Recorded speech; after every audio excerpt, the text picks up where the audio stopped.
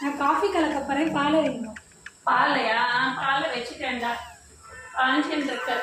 காஞ்சிட்டு பால் வேணும், டிகாக்ஷன் வேணும்.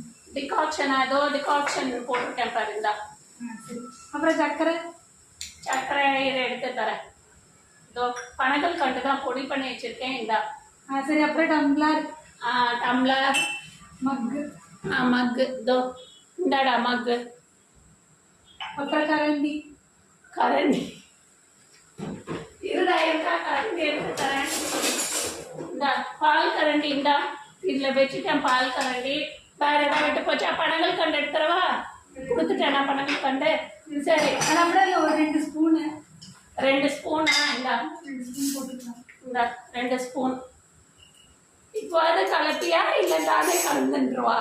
இதுதான் நீ காஃபி கலக்கிற லட்சணம் மாதிரி. இப்படியும் உங்கள் வீட்டில் நிறைய பேர் இருப்பாங்க வேலை செய்கிறேன்ட்டு. நீங்கள் தான் முக்காசி செய்வீங்க. யோசிங்க.